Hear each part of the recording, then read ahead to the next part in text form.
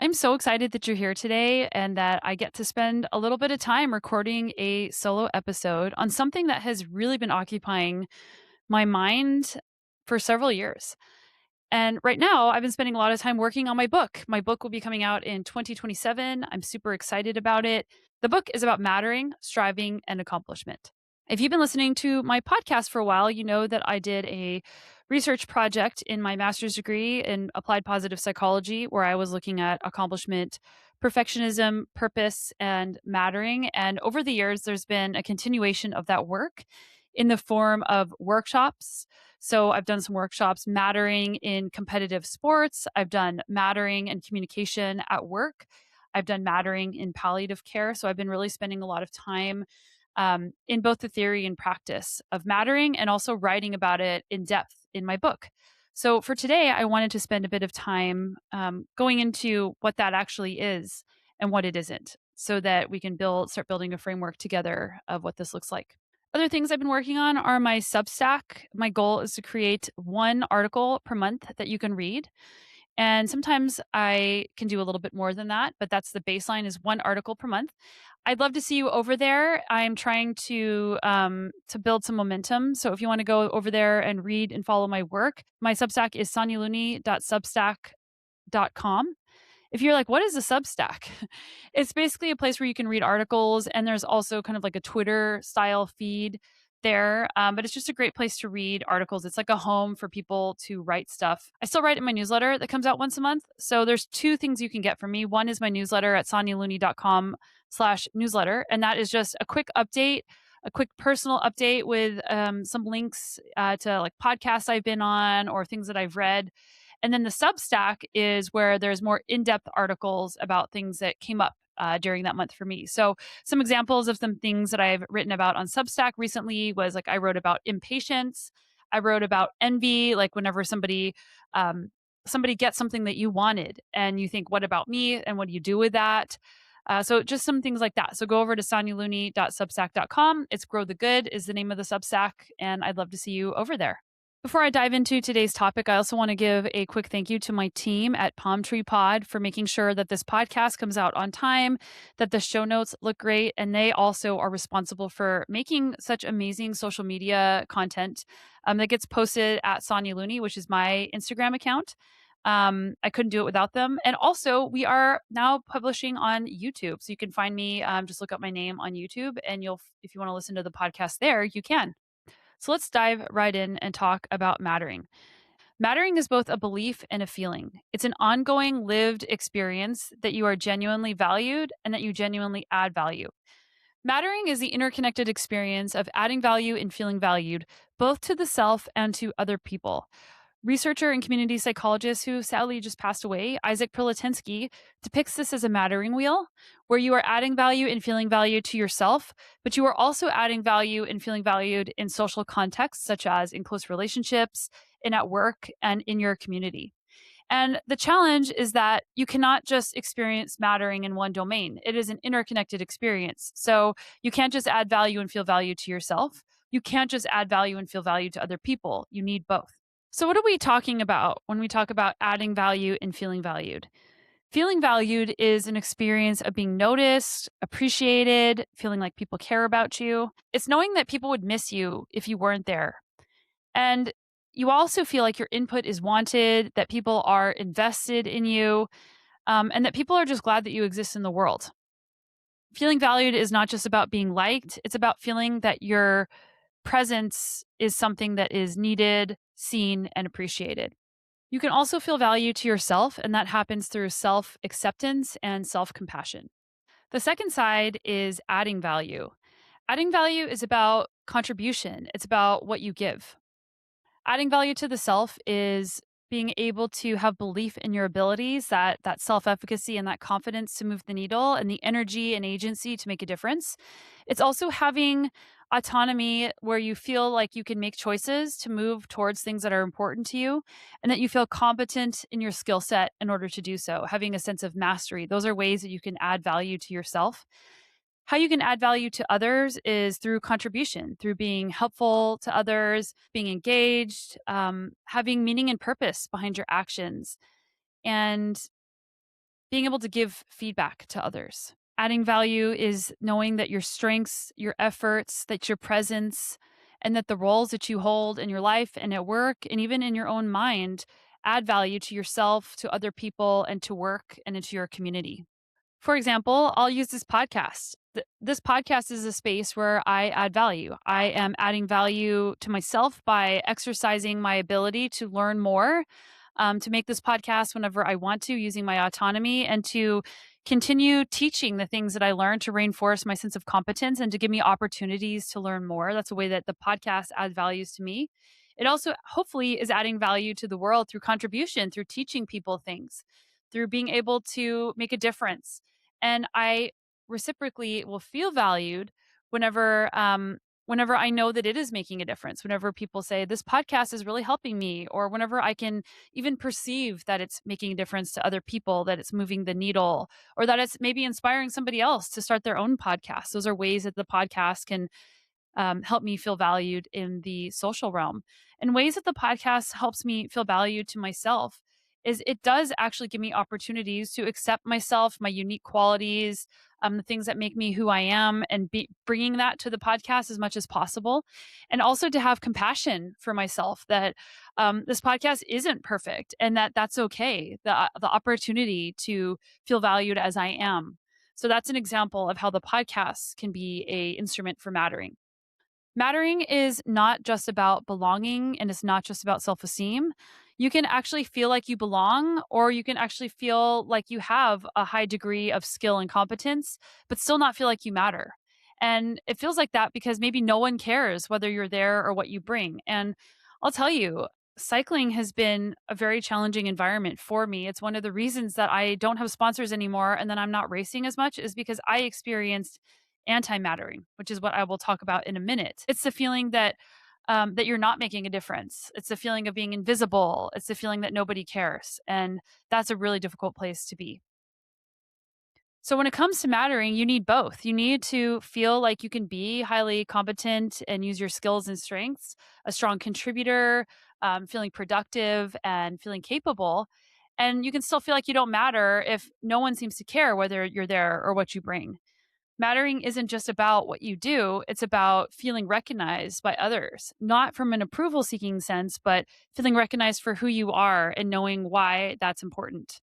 To recap, mattering is about recognition that you feel valued, that your unique contributions and strengths are noticed and appreciated.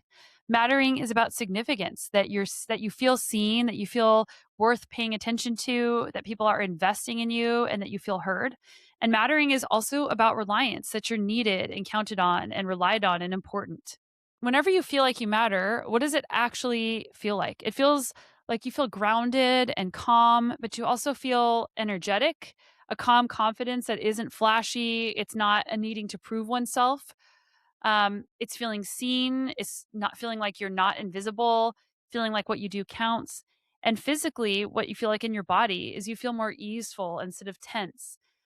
You feel less hypervigilant. So, scanning all the time, like waiting for the other shoe to drop or walking on eggshells, that feeling is not as present. And you have more of a willingness to show up authentically as you are.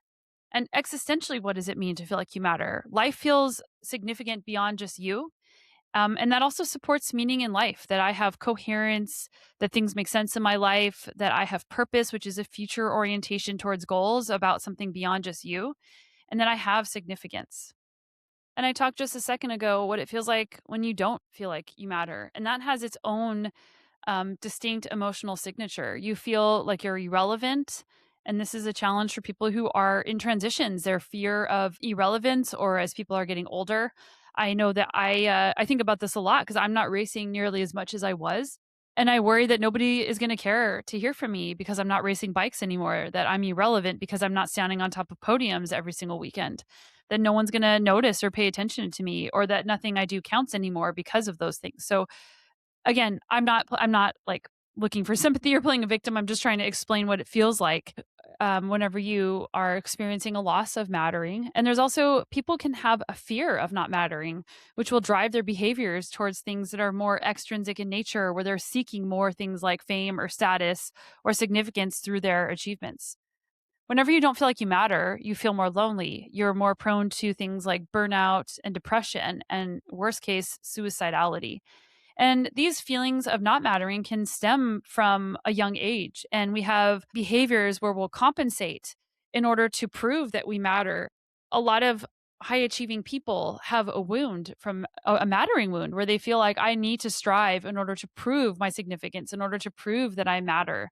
And the problem is you can hit every goal and you can still feel like you don't matter. You can still feel hollow because striving doesn't automatically produce mattering. It's the context and conditions through which you strive that allow you to add value to yourself and add value and feel value to other people.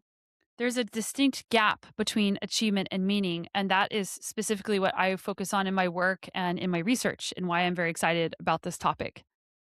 Without understanding the definition of mattering, a lot of people will immediately go to two places. First, they will think about significance in the form of fame or even in terms of legacy. And they'll think about the idea that you matter if enough people know your name, if your work survives beyond you, or if you've built something big enough that the world would notice if you disappeared. This is like a scale based version of mattering. It's about trying to measure your impact in numbers. And something that I found in my research is that impact is very hard to measure. The evidence of your impact. And in some ways, when you can't measure that, it actually gives you a greater sense of accomplishment. So it's kind of a paradox. Another place that people seek mattering that they think about is validation, that they are approval seeking, that they need to feel seen, appreciated, and praised. We all need to feel recognized, but needing to feel seen, appreciated, and praised to prove yourself, to meet your needs, is different than expressing yourself and feeling seen for expressing yourself.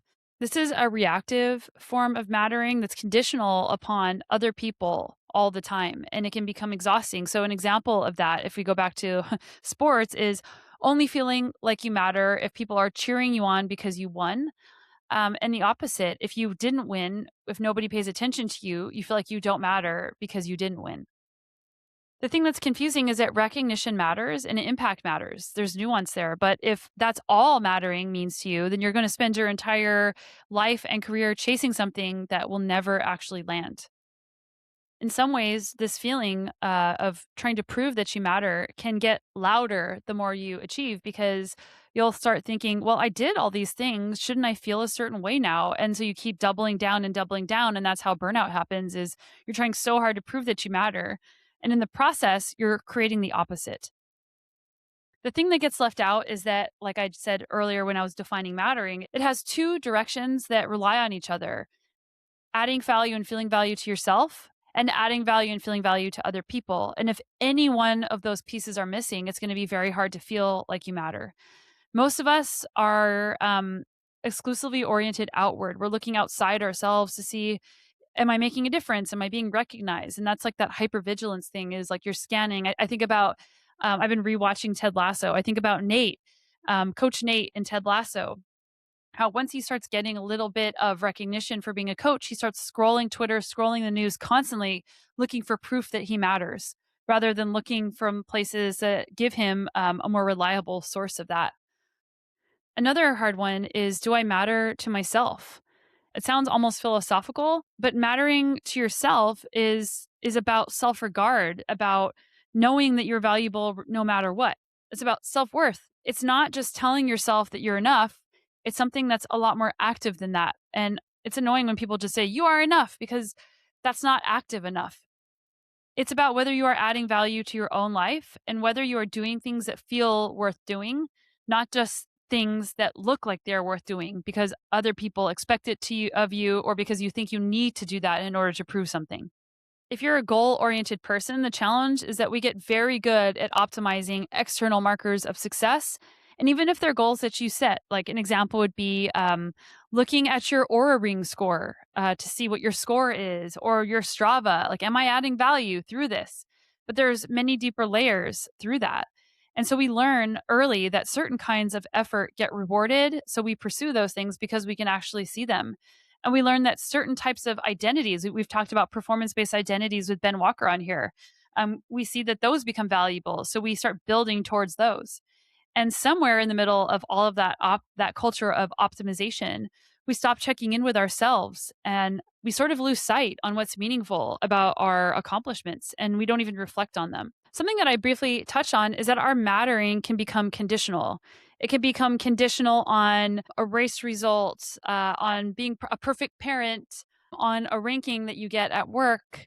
It could become conditional on having to get feedback from a coach or a sponsor, needing confirmation all the time that you matter, but never actually feeling that because you're always making it conditional upon those things. You get a temporary sense of okayness whenever you get that feedback. But then the problem is whenever the result isn't very good or you don't even hear from people, if there's like ambiguity there or people just don't notice you, then you kind of feel like you're in a free fall because you didn't get that. And so that's that conditional feeling of mattering that if you aren't constantly getting that feedback, then you feel like you don't matter. It's really good to care about performance. I love performance. I love pursuing my best. I care about excellence. But the problem is that sometimes your sense of mattering can get outsourced and hinge on that sense of excellence. The research supports this sense of conditional mattering. Like we feel like um, that we only matter based on external feedback. And that makes us feel more anxious. It makes us be more reactive on what we choose to prioritize. And it makes us overwork. And I have definitely experienced that. I have had sponsors where I've over delivered so much trying to prove that I am worthy and valuable and worth investing in that it has been just so difficult to rest or to enjoy what I'm doing because I'm trying so hard to prove myself through over delivery and we can lose the capacity to take a risk. And sometimes resting is a form of risk. We lose the capacity to tolerate failures because failure could start meaning that you don't matter. Or it could be make it really hard to stay in the game, to have that grit, to stay with it through long stretches when you aren't getting feedback. And a lot of us at work, like solopreneurs, or even at the palliative care workshop I did, nurses who work by themselves in hospice, you don't get feedback, so it can be really challenging to feel like you're making a difference. So, what does it look like to actually expand your definition of mattering if you feel that? If you feel like I objectively understand the definition, but it's very hard for me because I always feel like I have to prove myself. There's an uncoupling that has to happen that takes a very long time. And I'm sort of in the middle of this decoupling, and it's been a journey, but it's also been really nice. And it's been hard too. And it starts with a question that I want you to try sitting with. The question is, if nobody noticed, does this thing feel worth doing? And it sounds harsh and it almost sounds like it's going against what I said because we need recognition. But if you've spent years in high performance environments where feedback loops are fast and constant or where you need them in order to feel like you're making progress, when you strip away the external signal, you have to develop your own. There's a signal to noise ratio. I have a back in the day I did a master's in electrical engineering and we did a lot on signal to noise ratio around electrical signals and trying to tease out what the real signal is to you beyond just one external signal. It's hard to practice that. And people don't trust their own sense of meaning the way that they trust a ranking or a performance review because it's quieter and it's harder to see and it's harder to measure. And it's also harder to figure out whose feedback actually matters here. And where am I trying to prove myself? And am I actually ever going to get the recognition? I've realized that in situations where I feel like I'm trying to prove myself, those are the people that I will actually never be able to prove myself because nothing will ever be good enough. I've seen it with in certain sponsor relationships where I think, well, if I finally can do XYZ, then this person will finally think that I'm the real deal. And part of that is my own insecurity, but part of that is that that person will just never see me that way. I've seen that in my family. And some of those relationships are just stuck. So the question is, who are you trying to get approval from and why? And also recognizing that you probably will never get it there. I found that if you start building these thoughts from an internal reference point, your own signal, when you can develop a clear sense of what you actually value and how striving for your goals is creating mattering for you, what you find genuinely engaging in your life, what you feel actually what you feel like actually moves the needle in terms of contribution, and who the people are that are actually in that mattering corner, the people who are actually supporting you and believing in you, because it's so easy to focus on all the people who aren't supporting us. So who are those people in your corner that are reflecting back to you the ways that you are making a difference so that you feel seen? Who are those people who are allowing you to add value to their lives and help you feel valued in that? Another question is, where are you blocking this feeling of feeling valued? Like, so many people have a very hard time accepting a compliment from somebody. And in doing so, in blocking somebody's gratitude, you are blocking the experience of mattering because you're not allowing yourself to feel valued. Okay, so I want to leave you with this. Pay attention to how you are looking at your goals and how you're working towards them. And try to notice where you might be experiencing a gap in your mattering. So here's an example. If you're somebody that experiences more mattering to yourself, the adding value and feeling value to yourself, maybe you are an athlete. Maybe you feel highly skilled at what you're doing. You feel like you're doing a good job, but you don't feel like you're making a difference in the world. That is like an example of only adding value to the self. Maybe you don't feel value to yourself because you're highly critical of yourself, and you also don't see the impact of that you're having on people. And you can have a huge impact on people um, by being excellent. And this is how I even got into this. Is People have, told me how seeing me do well at a race, they don't care necessarily that I won the race, but they care about how I showed up impacted them. And that connects me to mattering to in the other domain. It takes me out of the self domain and connects mattering to the self and mattering to others. And then how I start striving towards my goals and thinking about them becomes more than just needing to be good or wanting to express, my skills. It becomes more about how can this expression of my skills actually role model and make a difference in the world? So you can connect how you're striving towards your goals. Or you can look at the other side of the equation. Maybe you feel like your work is making a really big difference in the world. You are making an impact, but you don't feel seen as a person or you don't feel like you belong. Noticing how you can move the needle there. Maybe you need to dial up feeling like you matter to yourself. Maybe you need to dial up how much of yourself you show to some, not everybody, but to some of the people, so that you can feel seen beyond the utility value of what you're bringing. So beyond what you're just contributing at work. Next week in the mindfulness in action, I'm going to unpack more practically what this can feel like and helping you connect with these experiences of mattering through your goals and helping identify where you might need a little bit more support or where you might just not be noticing where it's happening around you. Earlier, I wanted to tell you about antimattering in the context of the cycling world, which I just briefly mentioned a second ago.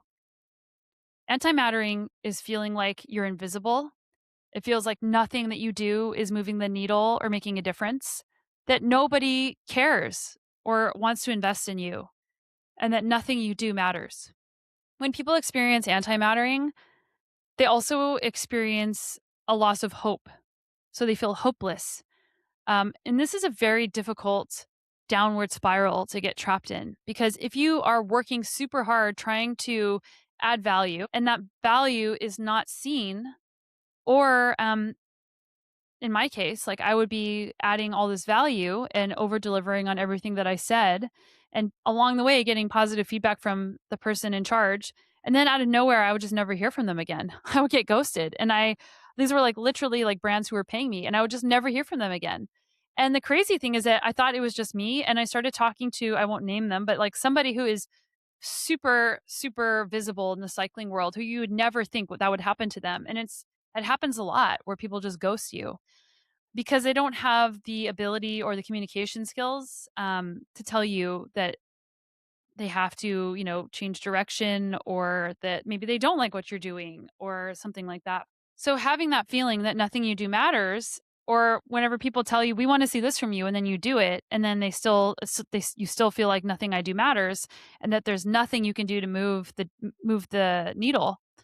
That's a very hard place to be. And this is a really important time to bring up the importance of context. You can do everything possible to add value and feel value to yourself and to other people. But if you are in an unfair context where there is no fairness and there's no dignity, then it's impossible to feel like you matter. You can think about this in terms of marginalized groups. You can think about this in unfair environments. And certainly, I'm coming from a place of privilege and just giving you a micro example. There are people who are just struggling to survive, who are in unfair contexts. But mattering does depend on the water that you're swimming in. And so that's one of the reasons that I decided after many years of pushing against the cultural norms in the cycling world that I was not going to participate in it anymore because it was negatively impacting my mental health. It was negatively impacting my belief that I could make a difference. It was making me feel like, why bother? No one even cares. And nothing I do is going to make a difference. And that became really bad for me because it started impacting me in other areas of my life. And it wasn't until I went into the MAP program, the Master of Applied Positive Psychology, where I changed my context, I changed my environment, where I actually saw like, oh, people do care about me. People are interested in what I have to say. People, they want to work together on things. They want to collaborate. That I'm worthy and worth investing in. That made such a huge difference for me, and it gave me the courage to walk away from a context that wasn't helping me anymore and that was actually harming me. And I stayed in it for a very long time. And I probably should have walked away sooner, but it's hard when your identity is tied up in the thing. And whenever you think, well, if I just try a little bit harder, it will finally make a difference. And for me, that wasn't the case. So I just wanted to share that anecdote that there are caveats. If you don't consider the context of fairness and dignity, then telling somebody to, work towards mattering in an authentic way could become almost like toxic positivity because if they're in an environment where that's not possible, then they start feeling like it's their fault and it's not your fault. All right. So to sum it up today, I talked about mattering. I defined it as using Isaac Pilotensky's definition of adding value and feeling valued. If you think about it as a wheel, it's everything is interconnected, adding value and feeling value to yourself in your close relationships at work and to your broader community. And everything is an integrated experience. You can't matter in just one domain. And I talked about specific examples of what it looks like to add value and feel value to yourself and how that actually can translate into adding value and feeling value to other people and how what it looks like to only experience partial mattering in one domain. I talked about anti-mattering, what it feels like to feel like you're invisible and to feel hopeless and like nothing you do makes a difference. And I also talked about the importance of context, that fairness and dignity are essential in order to feel like you matter. And if you are in an unfair context, it's very difficult to actually feel like you matter. And it can take a lot of courage to change that context if you're lucky. And some people don't have a choice, they can't change their context. And that's where the broader societal implications and the structural problem of mattering arises. And that's not something that we have time to talk about today. I'm really curious to hear your thoughts about this, to hear about you in your own life, where you are experiencing a genuine sense of mattering, where you experience conditional mattering, and why that might be. These things would be really helpful for me in my work. So feel free to send me a message. I'm really easy to find. Thank you again for listening to this podcast. Please share the show with your friends if you think that this would benefit them, if they need to hear this. And if you're up for it, asking a quick favor, if you could leave us a review, a 5-star review on your favorite podcast player, so that we can know what's moving the needle for you, that you're listening and you're enjoying this podcast. That would help myself and my podcast team feel valued. Thank you for listening. As always, I'm with you on this journey of personal growth, adventure, and our mission to be better every day. And I'll see you next week with our mindfulness in action.